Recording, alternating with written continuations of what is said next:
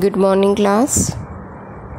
Yesterday we read the poem A Grain of Sand, and today we are going to discuss the exercise of the poem A Grain of Sand. So see the comprehension. It is written on the top, comprehension. In comprehension, the first question is write true or false. Write true or false. So see number 1. The poet's children found a few common objects. The poet's children found a few common objects. So it's a true answer because the children found very common objects. Now second, the children picked the objects, mistaking them for gold. The children picked the objects, mistaking them for gold. Means the children thought that it was gold. Therefore, they picked the things. So it's the false answer because the children don't know anything about the gold. Now third, the poet has 2 sons. The poet has 2 sons. So it's also the false answer because in the picture also one boy and one girl is there, and in the poem also the poet speaks my daughter and son. So he has 1 daughter and 1 son. Now fourth question, the poet threw away the object his children had got. It is also the false answer because he keeps all the things safe. Now fifth question, the children had named each object they found. The children had named each object they found. So it's true answer because they have given name to all the things that they had brought to his father. Now B part, see the B part. Read these lines and answer the questions. Read these lines and answer the questions. Number 1. The proof that loving eyes can sift the common silt for hidden gold. The proof that loving eyes can sift the common silt for hidden gold. So let us see what are the questions. Number 1. What is the poet talking about here? Second, what can loving eyes do? Third, what according to the poet is hidden gold? So let us see the answers one by one. Number 1. What is the poet talking about here? So in these lines, the poet implies that our perception for change and values of things. So in this line, the poet implies that our perception can change the value of things. Second part, what can loving eyes do? The loving eyes have the capacity to endow objects with value and moments with happiness. The loving eye have the capacity to endow objects with value and moments with happiness. Now the third question. What according to the poet is hidden gold? What according to the poet is hidden gold? So the third one is, the small things which delighted the poet's children is referred by him as hidden gold. The small things which delighted the poet's children is referred by him as hidden gold. Now see the second question. It's not enough to find and hold.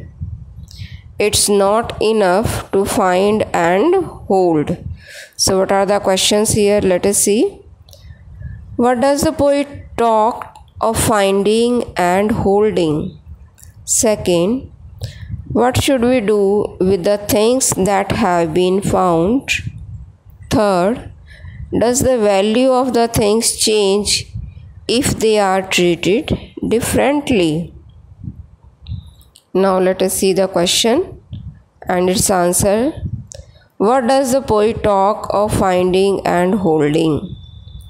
The poet talks about finding and holding seemingly invaluable objects. Invaluable objects. Second part. What should we do with the things that have been found? We need to value those things and keep them safely. We need to value those things and keep them safely. Now, third question. Does the value of things change if they are treated differently? Yes, of course. The value of the things change when treated differently, because the things that the children had brought, they were very important for the poet, but they may not be important for somebody else. Now third one. Where price is known but not the cost, and nothing can ever be found. So, is the poet talking about the price of an object here? Second, what is the difference between price and cost? Third, what does the poet feel can never be found?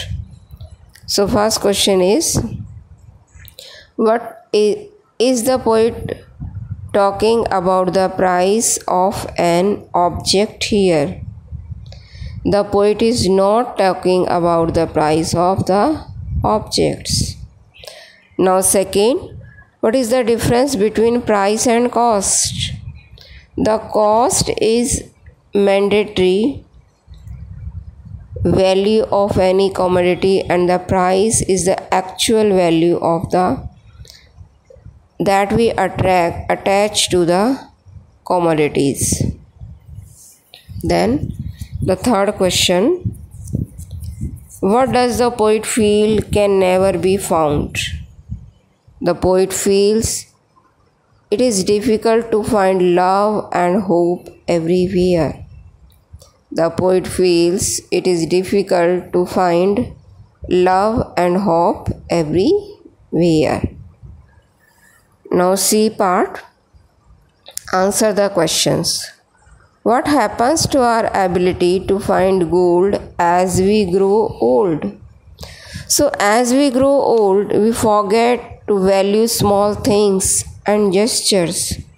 We become too materialistic and don't value little things. Now the second question. What does the poet do with the treasure that his children find? The poet will store the valuable objects gathered by his children.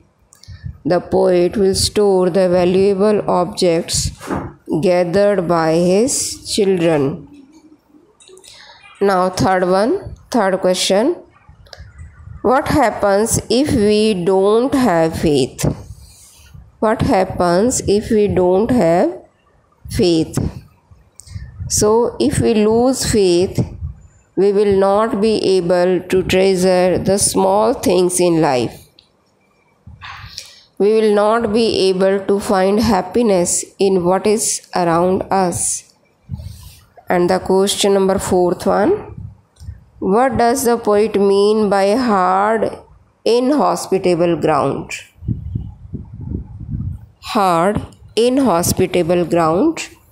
And the hard, inhospitable ground would symbolize a place devoid of love and faith. Means where there is no love and no faith. Now D part. Why do you think the poet hoards the objects his children brought for him? Because every little thing that his children find is precious to the poet.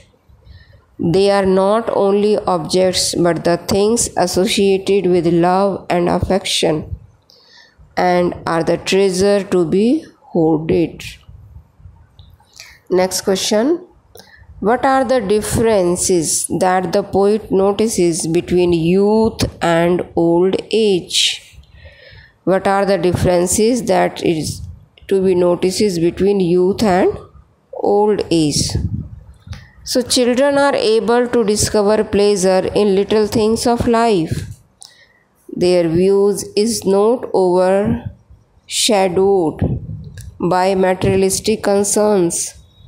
But with age, man likes to judge things as attributes of the material world.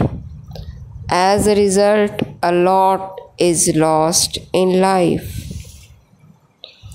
Then third part. Which do you think is better stage of life and why? So I think childhood is the better stage in the life. Life is simpler, more pleasurable, without the burden of the material world. The burden of the material world. So one more question is there. What is the rhyme scheme of the first 8 lines of the poem? Rhyme scheme of the first 8 lines. So it is A, B, A, B, C, D, C, D.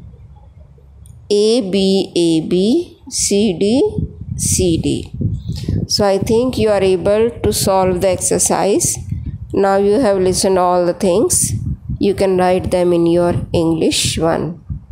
So bye students.